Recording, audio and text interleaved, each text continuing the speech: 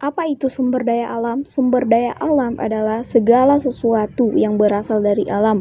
Sumber daya alam digunakan manusia untuk memenuhi kebutuhan dan kesejahteraan hidupnya. Berdasarkan asalnya, sumber daya alam dibagi menjadi dua.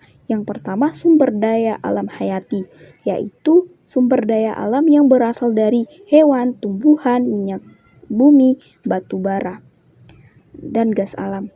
Nah, sumber daya non-hayati yaitu bukan berasal dari makhluk hidup, misalnya cahaya matahari, udara, air, tanah.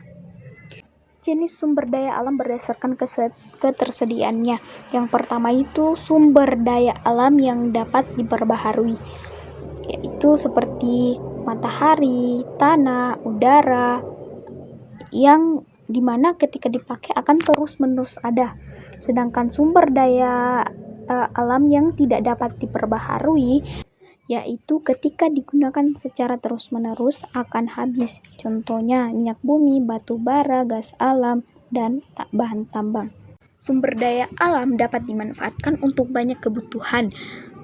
Contohnya tumbuhan dan hewan dapat dikelola sebagai bahan makanan, misalnya beras, daging, sayuran, telur, ikan, kacang-kacangan, atau buah. Selain sebagai makanan, bagian tumbuhan dan hewan dapat diolah sebagai kain, contohnya kapas untuk kain katun, bulu domba untuk wol,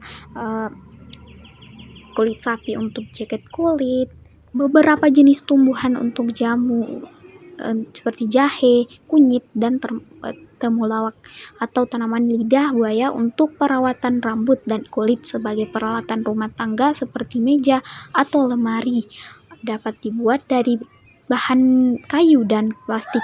Alat masak dibuat dari aluminium yang dapat menghantarkan panas. Berdaya seperti tanah liat dan bata diolah menjadi semen, genting, dan batu bata. Bahan tambang seperti besi digunakan sebagai rangka utama bangunan rumah.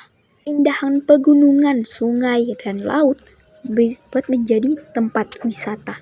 Sumber daya alam digunakan juga sebagai sumber energi, terutama energi pembangkit listrik dan bahan bakar cahaya matahari, angin, dan air menjadi energi alternatif, sedangkan batu bara menjadi energi utama.